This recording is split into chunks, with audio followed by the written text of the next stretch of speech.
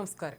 അലൈനിലെ ഒരു mobile phone retail സ്ഥാപനത്തിലെ 2 ജീവനക്കാർക്ക് എതിരാളികളായ വ്യാപാര സ്ഥാപനത്തെ സ്നാപ്ചാറ്റ് വഴി അപകീർത്തിപ്പെടുത്തിയ കേസിൽ 1 ലക്ഷം ദിർഹം പിഴ ചുമത്തി. ഉപഭോക്താക്കളെ വഞ്ചിക്കുകയും വ്യാജ ഉൽപ്പന്നങ്ങൾ വിൽക്കുകയും ചെയ്യുന്നുവെന്ന വ്യാജ ആരോപണങ്ങൾ ഉന്നയിച്ചതിനാണ് അലൈൻ സിവിൽ കൊമേഴ്സ്യൽ അഡ്മിനിസ്ട്രേറ്റീവ് ക്ലെയിംസ് കോടതിയുടെ സുപ്രധാന വിധി. ഇരയായ വ്യക്തി നൽകിയ പരാതിയുടെ അടിസ്ഥാനത്തിൽ കേസ് പരിഗണിച്ച കോടതി കുറ്റക്കാരായ 2 ജീവനക്കാരും ചേർന്ന് 1 ലക്ഷം ദിർഹം നഷ്ടപരിഹാരമായി നൽകണമെന്ന് ഉത്തരവിട്ടു.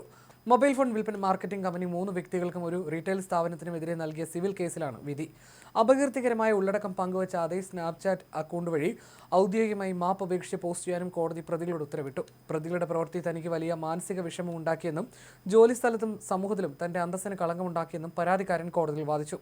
പ്രതികൾ തങ്ങളുടെ റീറ്റെയിൽ സ്ഥാപനത്തിന്റെ പേരിലുള്ള സ്നാപ്ചാറ്റ് അക്കൗണ്ട് ഉപയോഗിച്ചാണ് കമ്പനിയുടെ വാണിജ്യപരമായ സത്യസന്ധതയെ ചോദ്യം ചെയ്യുന്ന ആരോപണങ്ങൾ പോസ്റ്റ് ചെയ്തതെന്നും പരാതിക്കാരൻ വാദിച്ചു.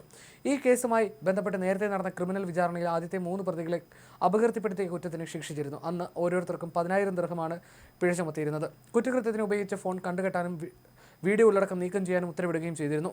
യുഎയിലെ കർശനമായ സൈബർ നിയമപ്രകാരം സോഷ്യൽ മീഡിയയിലൂടെ മറ്റൊരാളെ അപമാനിക്കുന്നതോ രഹസ്യങ്ങൾ വെളിപ്പെടുത്തുന്നതോ അന്തസ്സിന് ഹാനികരമായ കാര്യങ്ങൾ പ്രചരിപ്പിക്കുന്നതോ വലിയ കുറ്റകൃത്യമാണ്.